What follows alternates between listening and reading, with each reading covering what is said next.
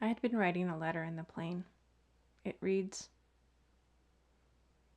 1400 hours Pacific Standard Time, Helena, Montana, August 24th, 1997.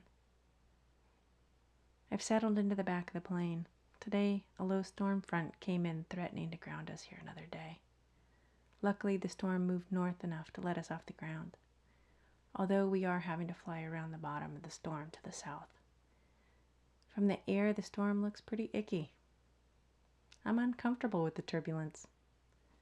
I'll write more when it smooths out. For now, I'm going to nap. 1840 hours, August 24th, hill number 296, Red River Hot Springs. I woke up to hear my mom say that we went too far. Todd tapped on an instrument, and the engine sounded wrong. Mom turned the plane around. We were flying over rugged, heavily wooded mountains. As soon as I knew something was wrong, I freaked out. We hit, flipped over the nose, and rolled onto the right wing. When we stopped moving, I wondered if I was alive. I did a body system check, wiggled my toes and fingers, moved my head, checking if anything hurt. I opened my eyes and I looked down at my brother. His face was covered in bright, fresh blood, and I wondered if I was the only one of us alive. Then he opened his eyes. With that confirmation, I got myself out of the airplane. I kicked the door open and I climbed out. Todd was holding Mom as she dangled from her seatbelt, having convulsions. I pulled the engine compartment out of the way and broke off sheet metal so that I could get to them.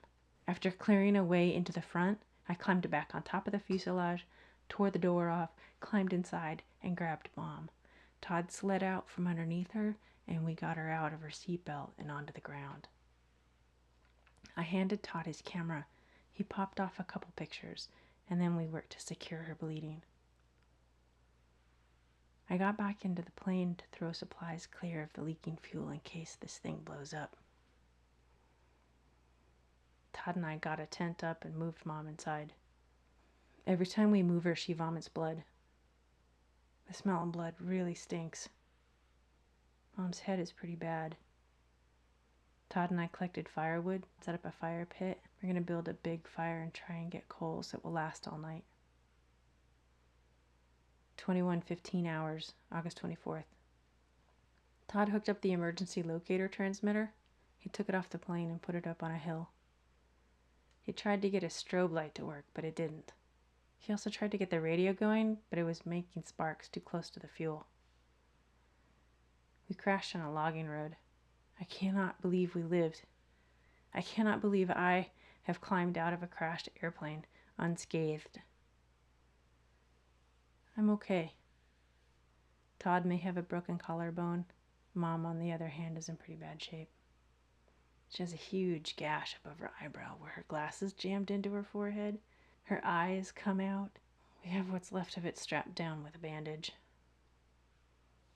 Todd and I are very concerned for her life. I know she will die if we aren't rescued by morning.